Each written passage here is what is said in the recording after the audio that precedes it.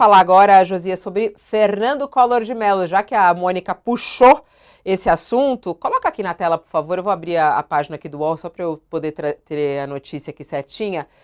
Sobre a condenação ontem, né, de Fernando Collor de Mello. E a gente tem aqui uma reportagem muito interessante falando sobre os bastidores da atuação de Fernando Collor de Mello.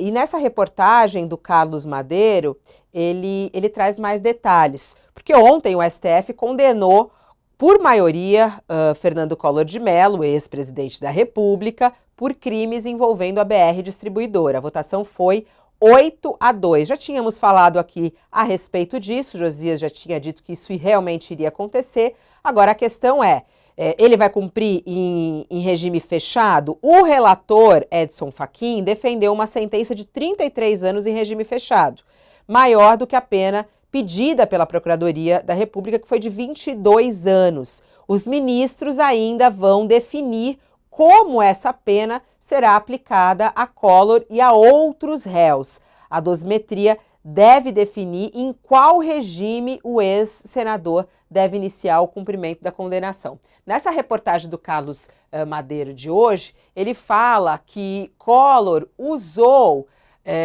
a afiliada da TV Globo em Alagoas para receber propina, que estava dentro do esquema. Essa condenação dele expôs um esquema de corrupção que ele utilizava a TV Gazeta de Alagoas, que é afiliada da Rede Globo, para receber propina. Ao mesmo tempo, sangrou os cofres da empresa, tomando empréstimos milionários e que levaram o grupo de comunicação à recuperação judicial. Então, sem o mandado, após 16 anos de Senado, Collor foi condenado a essa corrupção passiva, né, por corrupção passiva e lavagem de dinheiro e ocultação também de 20 milhões de reais em propina. O caso é muito grave, né, Josias? É um caso de corrupção, o Carlos Madeiro traz detalhes aqui e as pessoas podem abrir para poder ler realmente os detalhes de como essa corrupção acontecia. E agora essa condenação, eles ainda vão definir. Será que tem que ser em regime fechado, ô Josias? Precisa ser, sob pena de desmoralizar o judiciário, que já não anda com uma imagem muito boa, não é, Fabiola? Não há hipótese de o Collor iniciar o cumprimento dessa pena, cujo tamanho vai ser definido ainda, senão no regime fechado. Precisa ser regime fechado. Esse caso, Fabiola, ele é muito interessante porque ele simboliza toda a perversão da política brasileira. O caso do Collor resume as mazelas que convertem a política no Brasil em mais um ramo do crime organizado. Esse personagem era muito manjado. Quando ele se candidatou à presidência da República, nós fizemos, eu estava na Folha na época, nós fizemos um trabalho jornalístico lá em Alagoas, que mostrou que o Collor fazia uma pose no cenário nacional de caçador de marajás e tinha pés de barro na política alagoana. Tinha, como governador, feito acordos espúrios com usineiros do Estado. Era um personagem da pior espécie na política. Foi eleito presidente da República, descobriu-se depois que ele estava roubando a prataria do Planalto, foi expulso, expurgado do governo, num esquema de corrupção, que depois do que veio depois, parecia caso de pequenas causas, mas ficou muito materializada a corrupção. A despeito disso, ficou ali 8 anos no degredo, porque foi cassado pelo Legislativo, 8 anos de inelegibilidade, depois volta e o eleitor brasileiro premiou o Collor com mandatos. E o Lula, aquele que tinha chamado o Collor de ladrão, entregou ao Larápio 2 diretorias na BR Distribuidora, um antigo braço da Petrobras. E ele roubou também ali mais de 20 milhões de reais e utilizou a sua própria empresa, uma emissora de TV afiliada da Globo, lá em Alagoas, para lavar dinheiro. Então, por que eu digo que isso resume as nossas mazelas? O personagem era conhecido, ainda assim foi eleito, e mostra o descaso do eleitor na hora que entra na cabine de votação, e aquele que tinha chamado o personagem de ladrão, incorpora o ladrão a estrutura do Estado, entrega 2 diretorias de estatal a esse personagem, que roubou lá atrás, rouba aqui também. Quem rouba ontem, rouba hoje. Então, a reincidência se deve ao descaso do eleitor e ao descaso de quem está ocupando o poder e entrega postos, cofres públicos a pessoas desqualificadas. E depois de 3 décadas, o Supremo Tribunal Federal condena o personagem. Então, nós passamos 3 décadas convivendo com um larápio.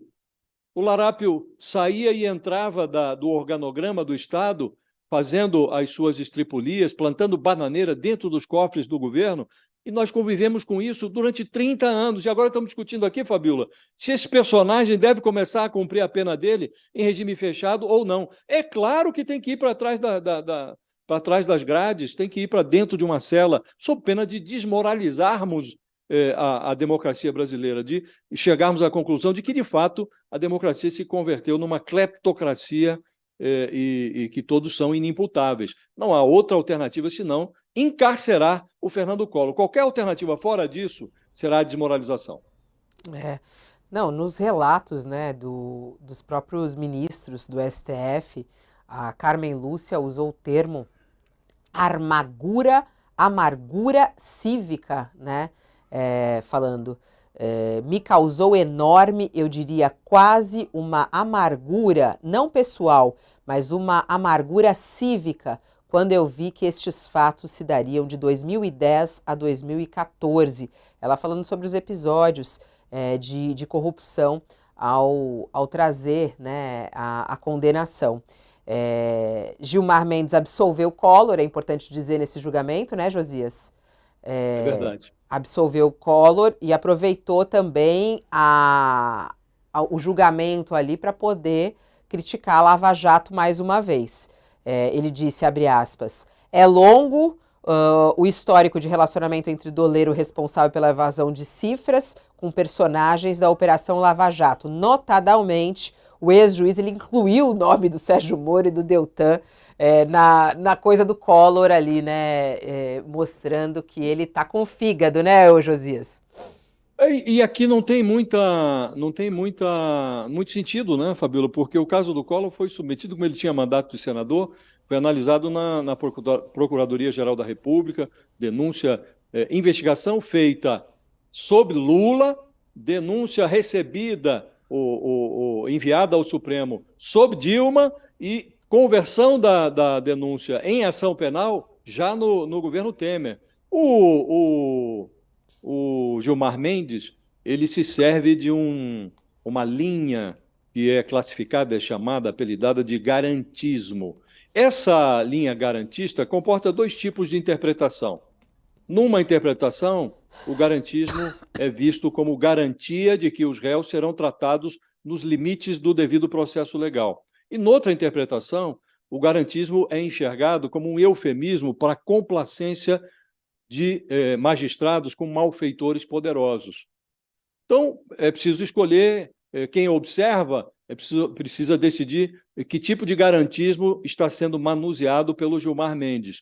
E as evidências de que o Collor roubou numa subsidiária da Petrobras são muito eloquentes. Ele diz, não, tudo baseado em denúncia de delator. Não, há provas. A delação foi corroborada por evidências, provas que estão lá nos autos. Quem quer, enxerga. Então é preciso ver a que tipo de garantismo o Gilmar Mendes rende as suas homenagens, Fabíola.